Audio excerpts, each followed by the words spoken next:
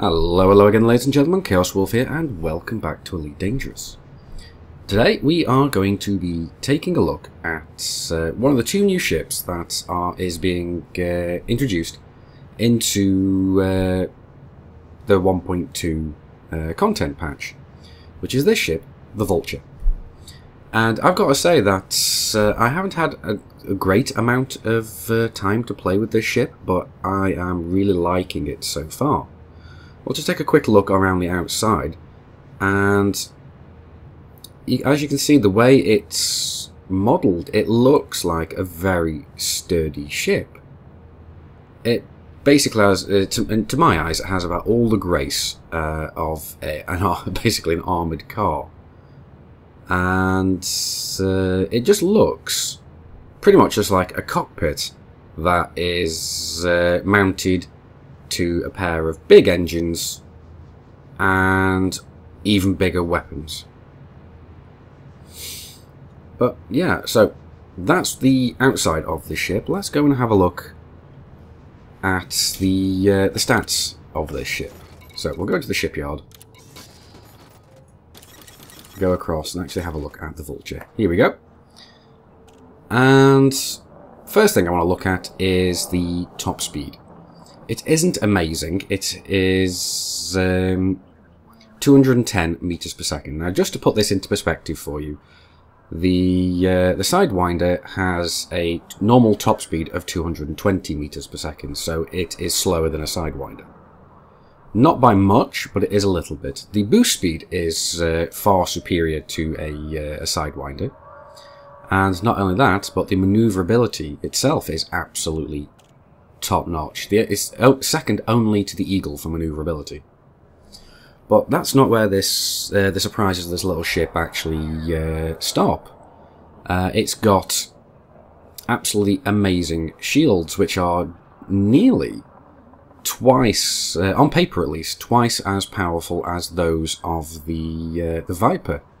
And the Viper has some of the strongest shields per tier of ship as any of the ships in the game. It's also got a very good amount of hull armor at 160. Its hull mass is 230 tons, which is basically a little under twice the mass of a Cobra, and obviously a little bit under 4 times the mass of a Viper. But this is where this ship gets a little bit interesting. In the hard points, we have 4 utility mounts and 2 hard points. But what's this? They're not medium hard points, nor are they small hard points. They are large hard points. So, as I said earlier, this ship seems like a cockpit just strapped to some big guns and some big engines. Although the big engines do seem to be more there for show than anything else. But let's actually go and have a look in the outfitting department. Because look at that. You can just see there the size of a small weapon, basically a small pulse laser in the in the hardpoint mount. It's tiny. It's almost laughable. It looks like a toy gun. But as you can see, yes, we have 2 Class 3 hardpoints. We also have 4 utility mounts. So that's going to give us a lot of versatility. And internally, we have obviously the bulkheads, power plant, and so on. But what we have as optional, we have 1 size 5, which is currently used for the shield generator. A size 4 that's currently being used for a cargo rack, 1 size 2 and 2 size 1s. So what the impression that I'm getting from looking at this loadout, well, basically this setup of internal compartments, is that this is going to be pretty much a dedicated combat ship. The internal compartments are not really big enough to be able to do anything like trading and so on. You might be able to use this ship as a fairly capable pirate ship, but I do think its main role is going to be that of pretty much pure combat ship. And we'll take a brief look at how much basically individual components are going to be. I mean, looking at the military grade composites here, it's going to set you back pretty much 20 million credits, and that is certainly no laughing matter there. We'll go back and have a look at the power plant. So we are on E4, so we will set that by class descending. Here we go. A4 power plant. That's going to be 1.6 million. And that's going to give us 15.6 megawatts. And to me, that doesn't seem like all that much. So basically what I've come to understand about this ship is that it has a lot of versatility, but it is somewhat limited by its maximum power usage. But that's something to look into another time. Thrusters, let's have a look at those. Class descending, 5.1 million there. It's pretty much the same as what it would cost me for my ASP. Frame shift drive, 1.6. Life support I never bother with. Power distributor, let's have a look at that one. That's going to be 1.2. And sensors, not too worried about. And then we've got the shield generator. How much would that cost us for the best shield generator? Where are we? Here we go. Here we go. Shield generator, 5.1 million. Again, definitely no slouch there. That's going to cost a fair amount. And if you did decide to have like an A5 shield cell bank, it would set you back 1.2 million itself. But there we go. There, B5 there. That doesn't really matter. But yes, now we do have, like you can see here, 2 internal slots. You can probably use those for something like discovery scanners and or what's the word I'm looking for? Frameshift drive interdictors. So these would seem more like kind of internal utility mounts almost. I hesitate to use that term there. But yeah, no, the ship itself does look nice, and it's got quite a lot of nice little internal features. We'll have a look quickly over at the livery section. It's not there's no paint jobs available for this ship as yet, but we'll just have a look at where the placement of the decals will be. There's one there just above the cockpits. Basically, we'll just put there, another one on the wing, and the last one again on the wing. So we'll go back here.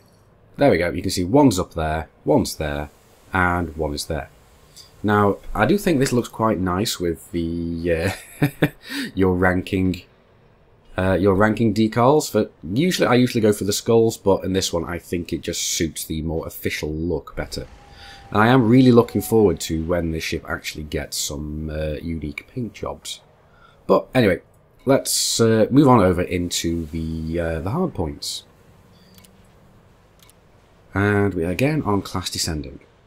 So this ship can fit a lot of big, nasty, scary looking weapons. Yeah, so what I'm planning to do is I am basically just going to be putting in 2 class 3 pulse lasers. So let's see the size difference between this little pea shooter and the one that comes out after. And something I forgot to mention, the way the hatch opens looks absolutely amazing. And would you look at the size of that cannon? That looks amazing. But let's have a look at the which one was that one again? That was the pulse laser. That was that one, yes. So let's have a look at how the hardpoint actually opens and closes, because this is a new animation that we've not seen before in Elite Dangerous. Here it comes. I'm not sure what I think about that. I mean, it looks cool, but I'm not 100% convinced as yet. But there we go. We basically put 2 large gimbaled pulse lasers on there. And that has nearly taken us up to our maximum power usage for the current reactor that we have. Right, so what we're going to do is we're going to have a look around the cockpit now. Now, basically we've got the standard chair as always, but looking around, it does look very, very sturdy. We've got a nice big canopy, so we can actually see a lot out there. So you could, if you wanted, use this ship as an exploring ship, because you have got a great big field of view. But I think that's designed mainly for combat, so you can keep your eye on your targets. Now we do have a little bit of a view out of the floor, but not as much as you do in the ASP. Yeah, I do like the look of this cockpit. I mean, it does extend further back to where the second seat is. We just can't see it from where we sit at the moment. But it does feel kind of nice and spacious in here. It also looks very kind of... It looks to me very no-nonsense and very kind of robust. Overall, I've got to say I like the cockpit here. It also, like I said, you can see it looks robust because you got where it says there, caution, moving part hazard. I'm assuming that's how we get in and out of the ship. Okay, first of all, we are going to do some acceleration and deceleration testing. Now, as aforementioned, this ship doesn't have the greatest of top speeds, but it gets to its top speed fairly quickly.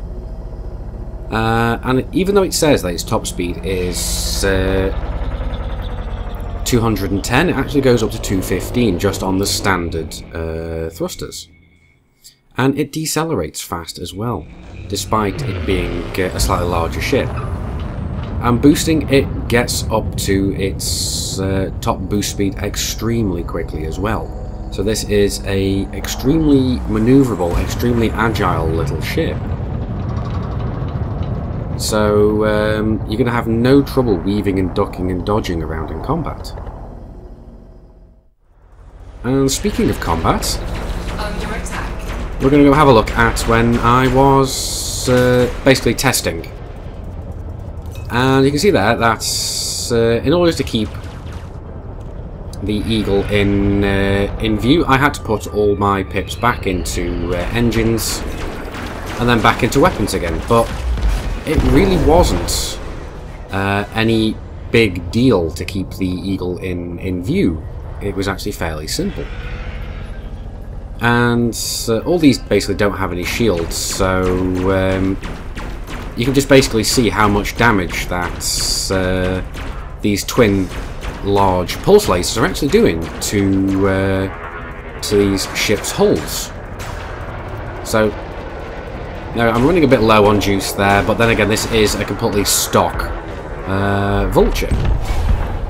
So that's the sidewinder gone. That went down fairly quickly. And the next one that we have to look at, basically to go after, is a Cobra. It's not this sidewinder here because he's clean. There he is. That's the next one I went after. So we'll basically boost after him. Try and get within a good combat range of him. There we go, we've tagged him.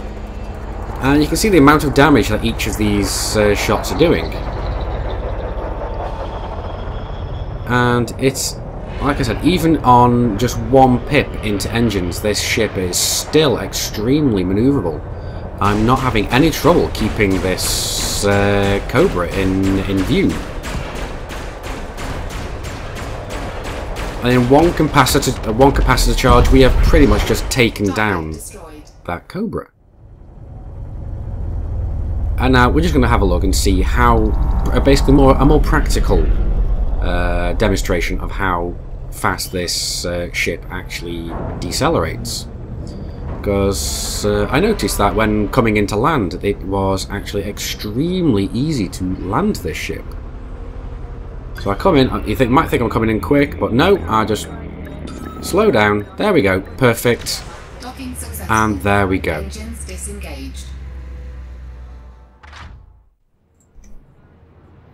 Okay, well, I hope this video has actually proved useful to you guys and actually demonstrates basically my not just my first impressions, but the basic capabilities of the stock Vulture. Now, from the short time that I've had to fly this ship, I've got to say that I really like it so far. I do think that this might actually be my new favourite dedicated combat ship.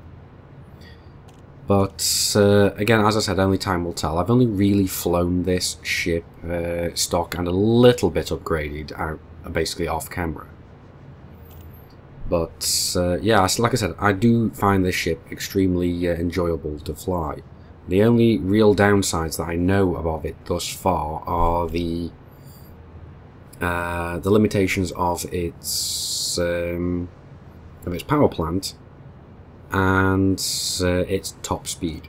Really, those are the only two downsides I can find in this ship. Now, its major up points are its large, basically weapon hard points, its insane maneuverability, and its really high durability. So it does seem like an absolutely amazing combat ship. But anyway, that's enough for this episode today. As I said before, I hope you've enjoyed this video. If so, please do consider hitting that like button. It really does help the channel out. And also, please do consider hitting that subscribe button to get notifications whenever I release new videos. But anyway, Commanders, thank you very much for watching, and remember, keep flying and stay shiny.